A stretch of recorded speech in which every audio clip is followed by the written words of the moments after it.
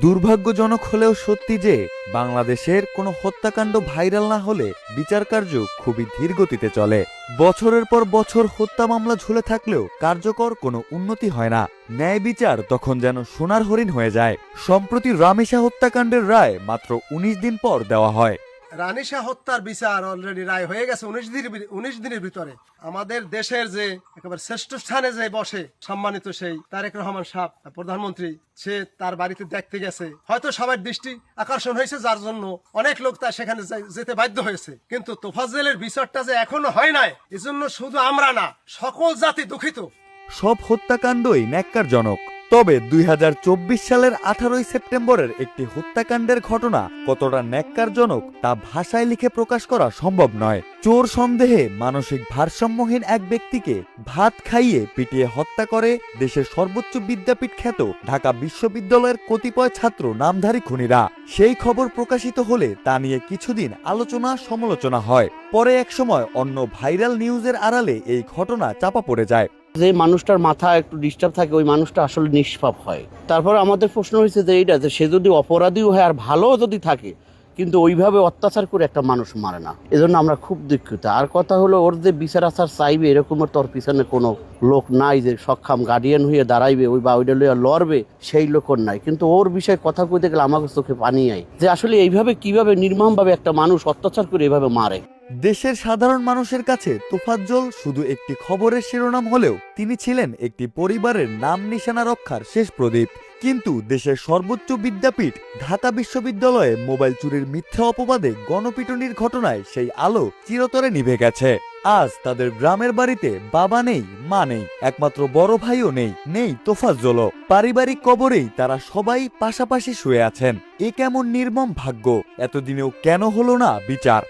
ঢাকা ইউনিভার্সিটির মতো জায়গায় যাওয়ার পরে চুরির অভিযোগে ঢাকা বিশ্ববিদ্যালয়ের কিছু বিপদগামী ছাত্ররা তাকে গণপিটুনি দিয়ে তাকে হত্যা করে। এই হত্যা করার বিচার আজও পর্যন্ত আমরা দৃশ্যমান দেখছি না। আদৌ তার বিচার হবে কি না এটা আমাদের জানা নেই। এই তোফাজ্জল হত্যায় তার পরিবারটা তার বংশগতভাবে একেবারে নিচ্ছিন্ন হয়ে যায়। তার পরিবারে বাতি দেওয়ার মতো কোনো লোক আর অবশিষ্ট থাকে না। তাই বিচার চাওয়ার মতো কোনো লোক আসলে এখানে নেই। তার ফ্যামিলিতে ৪ জন মানুষ, তার বাবা মারা যাওয়ার পরে তার মা মারা গেল, মা মারার পর যে ভাই ছিল পুলিশ অফিসার সেও মারা গেলে, সর্বশেষে একটু পাগল সন্তান ছিল, একটা ছেলে ছিল পাগল, এক ধরনের মানসিক পাগল। তাকে পিটাই এভাবে ঢাকা ইউনিভার্সিটির মতন একটা জায়গায় একটা শিক্ষা প্রতিষ্ঠান মারলো, কিন্তু তার বিচার হলো না। আজও আমরা বিচার পাইলাম না। আমরা গ্রামবাসী এটা নিয়ে হতবাক। বরগুনার পাথরঘাটা উপজেলার কাঁঠালতলী ইউনিয়নের ৫ নং ওয়ার্ড তালুকের চরদুয়ানি গ্রামের মৃত আব্দুর রহমানের ছোট ছেলে ছিলেন তোফাজ্জল। ২০১১ সালে সড়ক দুর্ঘটনায় তার বাবা মারা যান। ২০১৩ সালে ক্যান্সারে আক্রান্ত হয়ে তার মাও পরলোক গমন করেন। এরপর ২০২৩ সালে লিভার ক্যান্সারে আক্রান্ত হয়ে একমাত্র ভাই পুলিশ সদস্য মোহাম্মদ নাসির মৃত্যুবরণ করেন। পরিবারের সদস্যরা এভাবে একের পর এক মারা যাওয়ায় তোফাজ্জল মানসিকভাবে একদমই ভেঙে পড়েন।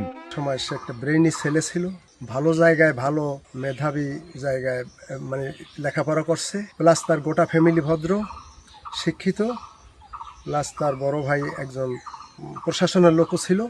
কিন্তু ওর মা বাপ ২ জন এবং বড় ভাই ৩ জন মারা যায়, অকাল মৃত্যু যাকে বলে, এবং সে ওই থেকে একটু মানসিক ভারসাম্য হারিয়ে ফেলে।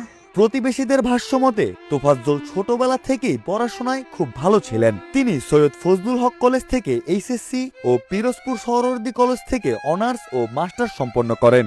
জীবনের নির্মম বাস্তবতা তাকে মানসিকভাবে ভারসাম্যহীন করে তুললেও কখনোই কারো ক্ষতি করেননি।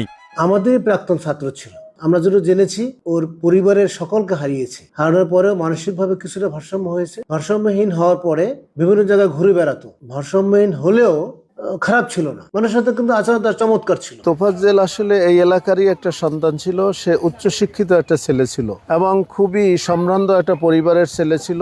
তোফাজ্জল খুব মেধাবী ছাত্র, কেউ লাগে একটা খারাপ ব্যবহার করে না, একটা রাব ব্যবহার করে না, শুধু আর মাথার সেন্স আউলে যাওয়ার পরই একটু পাগলাম সাগলামি করতে, রাস্তায় রাস্তায় আসে, মানের ঘরে উঠতে, কিন্তু কেউ ক্ষতি করতে না। মানসিক ভারসাম্য হারিয়ে তোফাজ্জল বেশ কয়েক বছর ভবঘুরের মতো বিভিন্ন এলাকায় ঘুরে বেড়াতেন। পরিচিত কারো সঙ্গে দেখা হলে কখনো ২০, কখনো ৫০ কিংবা ১০০ টাকা চাইতেন। এর বেশি কোনো চাহিদা ছিল না তার। ও যাইতে যাইয়ে ধরেন আমার বাসুর পুত্রের কাছে থাকতো, এমাদুলের লগে থাকতো। ও খুব ওই পাগল ছাগল ভালোবাসতে এমাদুল। আর বউ ভাত দিতে, হ্যাপার ও নাওয়াই টোয়াই দিতে, বাট্টাত খাওয়াই তেল পানি দিয়ে টিয়ে দিতে, কইতে কইয়া বেড়া কি কয় ভালো আছেন কাকি? কয় হয় ভালো আছি। খুব পোলার আছে, ভালো ছিল। চার্জশিট অনুযায়ী 2024 সালের 18 সেপ্টেম্বর ঢাকা বিশ্ববিদ্যালয়ের ফজলুল হক মুসলিম হলের মাঠে মোবাইল ফোন চুরির ঘটনাকে কেন্দ্র করে তোফাজ্জলকে চোর সন্দেহে আটক করা হয়। পরে তার পরিবারের কাছে ক্ষতিপূরণ বাবদ 2 লক্ষ টাকা দাবি করা হয়। টাকা না পেয়ে তাকে ক্রিকেট স্ট্যাম্প ও বাঁশের লাঠি দিয়ে দফায় দফায় মারধর করা হয়। একটা ছেলে কথা বলে এবং বলতেছে আপনি কি হন, কথাগুলো খুব কর্কশ অবস্থায় বলতেছিল এবং আমার বলতেছে যে আপনার তোফাজ্জল কি হয়? আমি বলছি আমার দেবর। তা ও মোবাইল চুরির অপরাধে ওরে ধরা হয়েছে, ওর জন্য 2 লক্ষ টাকা পাঠান। তখন আমি বলছি যে আসলে ও তো চোর না, ও ভালো স্টুডেন্ট, ওর মাথায় সমস্যা আছে, আপনারা এলাকায় খোঁজ খবর নিতে পারেন। তখন বলছে যে এতগুলো নাম্বার মুখস্থ বলতেছে, ও কিভাবে পাগল হয়। তার পরিবারকে বারবার ফোন দিয়ে টাকা চাওয়া হয়।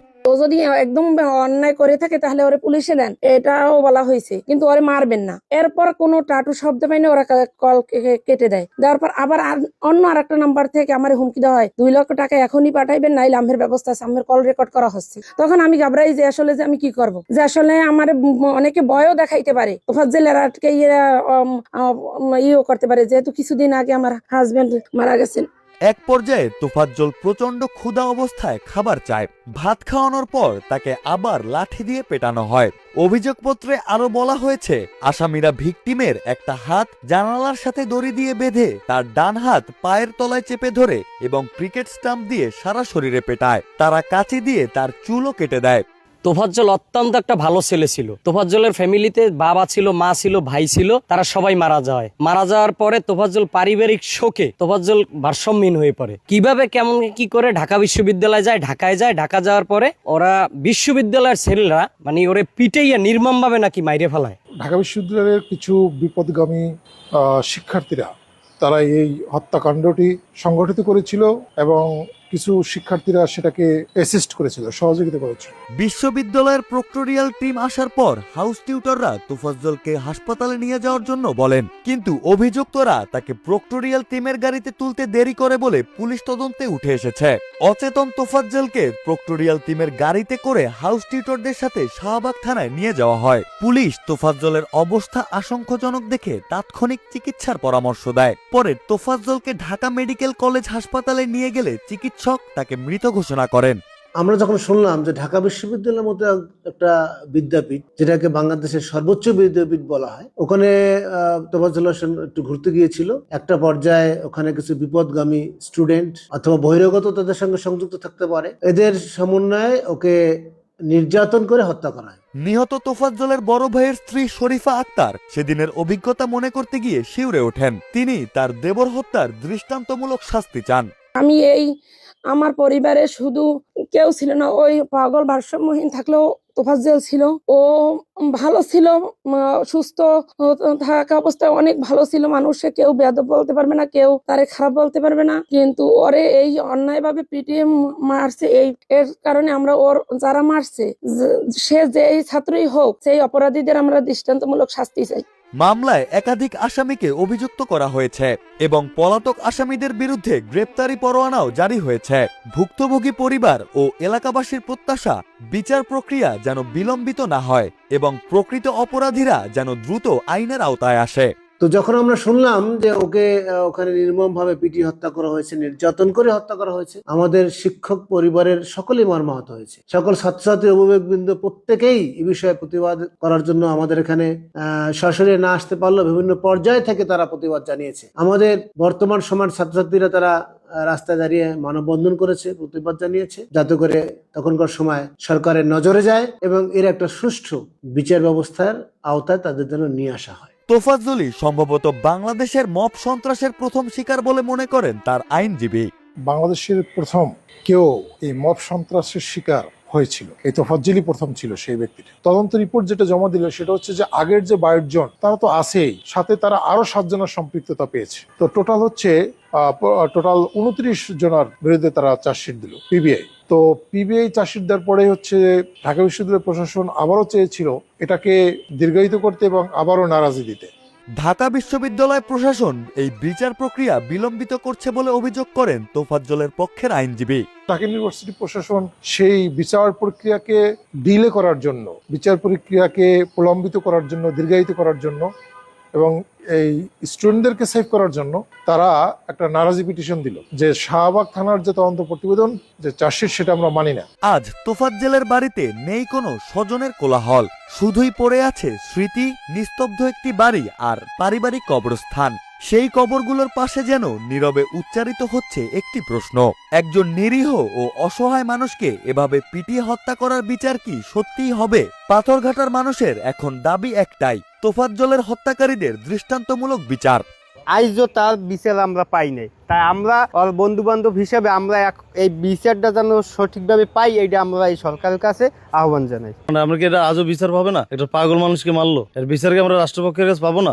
এর বিচার চাই, যারা এই কাজ করছে এর জন্য বিচার চাই, একজন কঠিন বিচার, একজন সরকার যেন ওকে ফাঁসি দেয়। আমরা এই এলাকাবাসী সকলেই তার জন্য আসলে তার এই হত্যাকাণ্ডের বিচার দাবি করছি। আমরা আশা করব বাংলাদেশের এক্সিস্টিং যে আইন আছে সেই আইনের একজন হত্যাকারীর যে বিচার হওয়া উচিত সেটা সেই পর্যায়ে তাদের বিচারে আওতায় নেওয়া উচিত। একজন ভারসাম্যহীন ব্যক্তিকে, নির্দোষ মানুষকে অন্যায়ভাবে যারা হত্যা করেছে তাদের যদি বিচার না হয়, তাদের যদি দৃষ্টান্তমূলক শাস্তি না দেওয়া হয়, তাহলে ভবিষ্যতে এরকম অন্যায় আবারও চলতে থাকবে।